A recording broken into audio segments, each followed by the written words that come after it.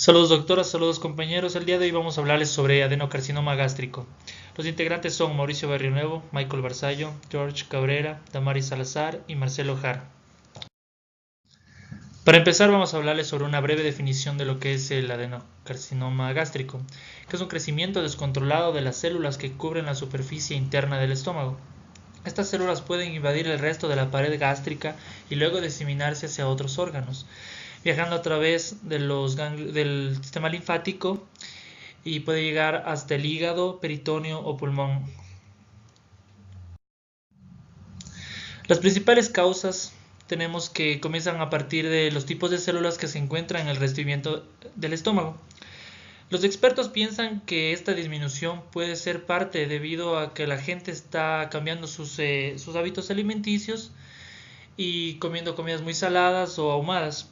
Las personas que están más propensas al cáncer gástrico o al adenocarcinoma gástrico va a ser las personas que tienen una dieta baja en frutas y verduras, tienen antecedentes familiares de la enfermedad, que es algo muy importante, el factor genético, tiene una infección del estómago por una bacteria llamada Helicobacter que causa aproximadamente 70% del adenocarcinoma gástrico, con pólipos, crecimiento normal, mayor a 2 centímetros en el estómago, una inflamación e hinchazón en el estómago a lo largo del tiempo que puede ser una gastritis crónica.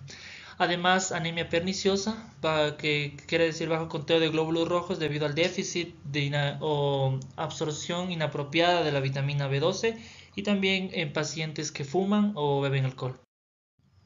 Los principales síntomas que presenta un paciente son dolor o llenura abdominal después de cada comida o de una comida pequeña, heces oscuras o alquitranadas, dificultad para tragar que empeora con el tiempo, eructos excesivos, eso quiere decir exceso de gases, deterioro de la salud en general, inapetencia, náuseas, vómitos con sangre, debilidad o fatiga y principalmente pérdida de peso.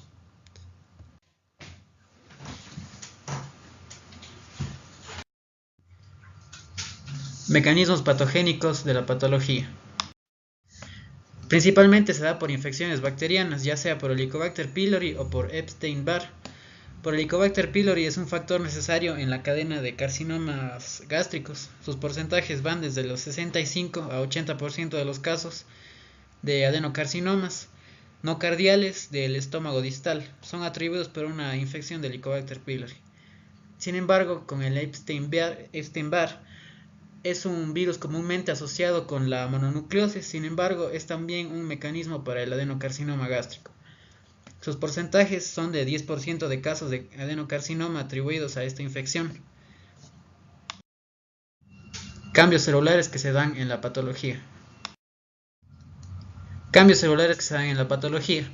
Histológicamente hablando, el adenocarcinoma gástrico se diferencia en dos tipos, intestinal y difuso. El intestinal, las células del tumor se encuentran en una forma de tipo de tejido tubular e irregular, rodeando la proliferación, los lúmenes múltiples y presentan un tejido conectivo reducido. Se adjunta la metaplasia intestinal en la mucosa vecina más cercana. Sin embargo, el difuso se origina en las células mucosas gástricas. Presentan formas muy variadas de las células y la secreción de la mucosa. Presenta 3 grados, bueno, moderado y malo. Las células secretan moco que se adhiere al intestino y se produce aún más depósitos del mismo y es dificultosa su diferenciación. Bien, ahora vamos a hablar de lo que es el esquema de diagnóstico. Generalmente el diagnóstico de esta patología es un poco controversial, ya que la sintomatología se presenta hasta en que se encuentran en sus etapas avanzadas. ¿Qué queremos decir con esto? Que la patología no va a presentar sintomatología hasta que ya esté en cuadros de producir cierta alteración en el nivel del tubo digestivo. Si hablamos de los síntomas, decimos que son y muchas veces pueden confundirse con los de otros trastornos gastrointestinales menos serios en relación al adenocarcinoma gástrico, como es los síntomas de una gastritis crónica, puede ser producida por acidez gástrica, ulceraciones o sensaciones de llenura o saciamiento. Estos son pocos de los síntomas con los que se puede confundir un cáncer gástrico. Entre los exámenes que pueden ayudar a diagnosticar el cáncer gástrico o el adenocarcinoma que se encuentre en cualquier parte de lo que vendría siendo el estómago, tenemos 3 exámenes fundamentales que tenemos, que va a ser el conteo sanguíneo completo para verificar si hay anemia. Esto en los casos de que se encuentren hemorragias a nivel del estómago. Este diagnóstico se lo realiza para verificar los valores normales que se encuentran de los eritrocitos. En el caso de los hombres, de 4.7 a 6.1 millones de eritrocitos. En el caso de las mujeres, de 4.2 a 5.4. El siguiente método de diagnóstico tenemos lo que es una esófago gastroduodenoscopía, que ya sea para la observación de lo que es la mucosa gástrica o para la toma de una biopsia o una muestra para examinar en laboratorio. Y finalmente tenemos lo que es el examen coprológico, que es para ver o para determinar la presencia de sangre en las heces, que un signo patognomónico de la presencia de sangre en el tubo digestivo son las heces alquitranadas o melenas, como vemos.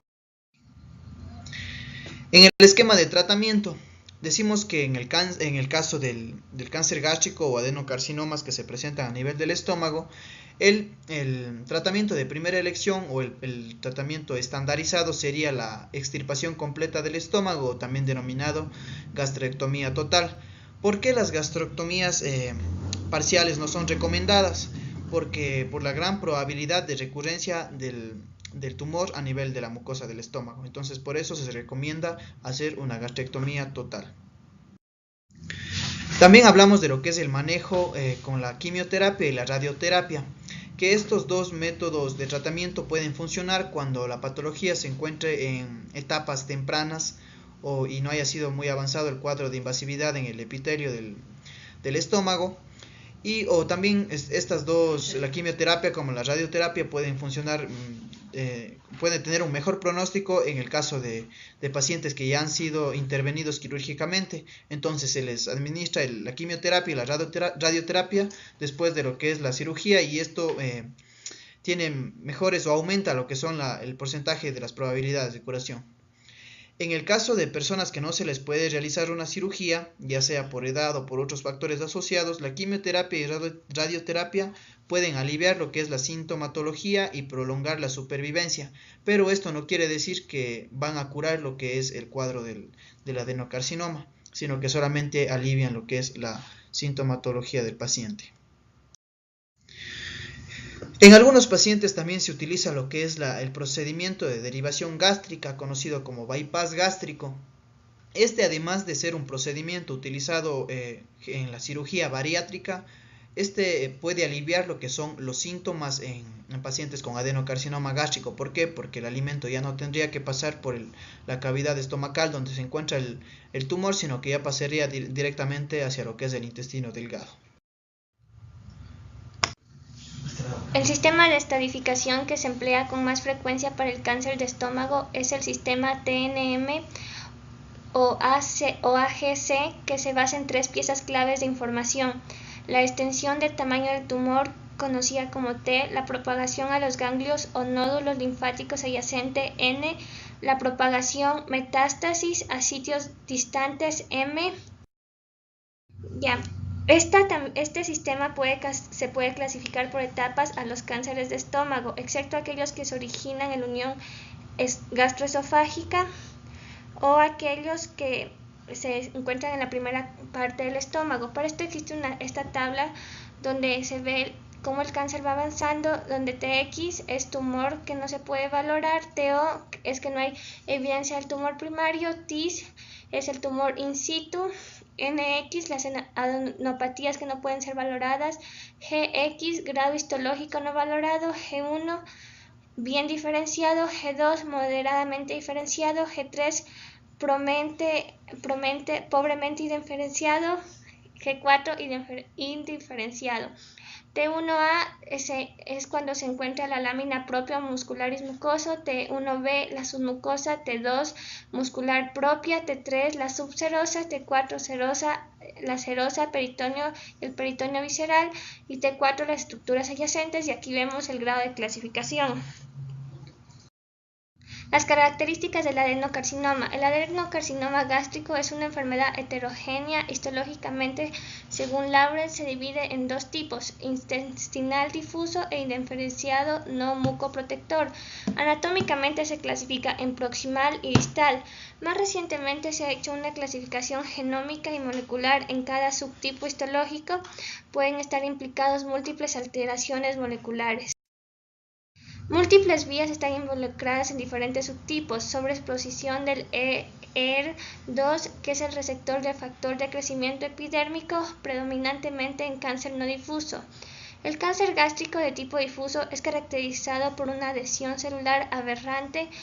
Las caderinas, junto con las cateninas, desempeñan un papel importante en la adhesión y polaridad celular. Los defectos de los genes APC y DCC, la inestabilidad microsatelital y la hipermetilación del promotor del gen HMG-L1 han sido asociadas a cáncer gástrico de tipo intestinal. También genes supresores de tumor, por ejemplo P53, la sobreexposición del receptor del factor de crecimiento epidérmico, receptor del factor de crecimiento endotelial vascular y el receptor del factor de crecimiento epidérmico humano, se ha asociado con un mal pronóstico. Aquí tenemos el adenocarcinoma de tipo intestinal y un adenocarcinoma con células en anillo de Seglio.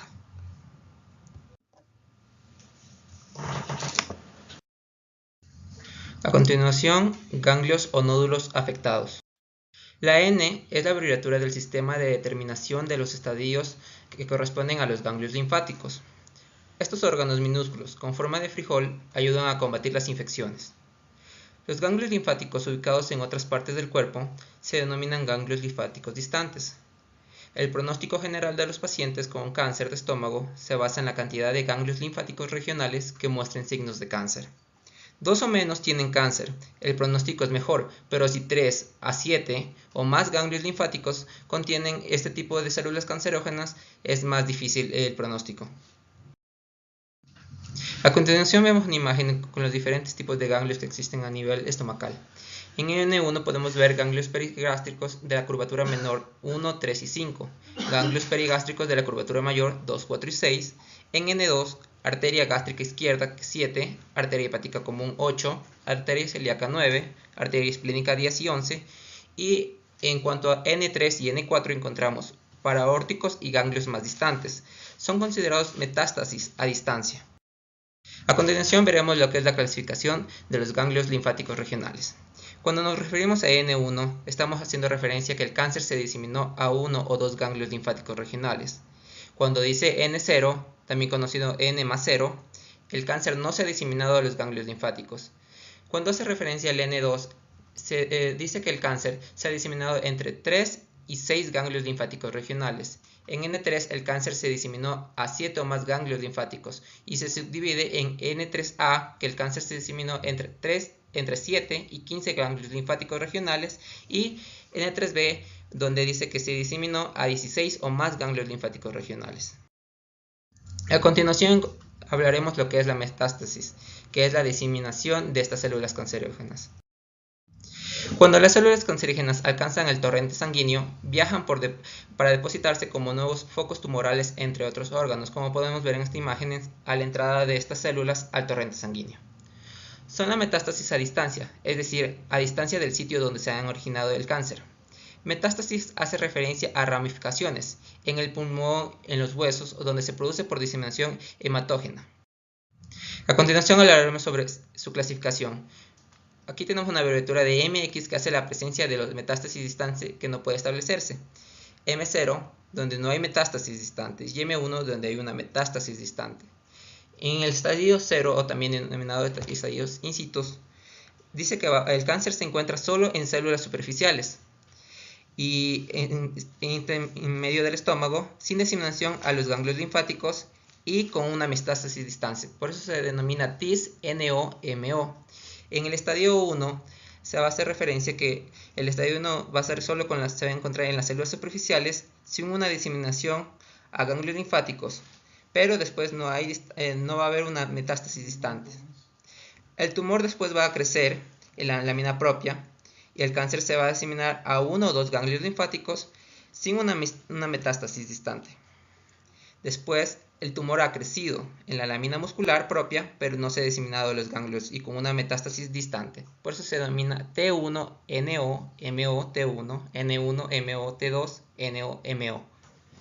En cuanto a estadio 2, se dice que el tumor ya ha crecido en la lámina propia y se disemina a 3 y 6 ganglios linfáticos regionales.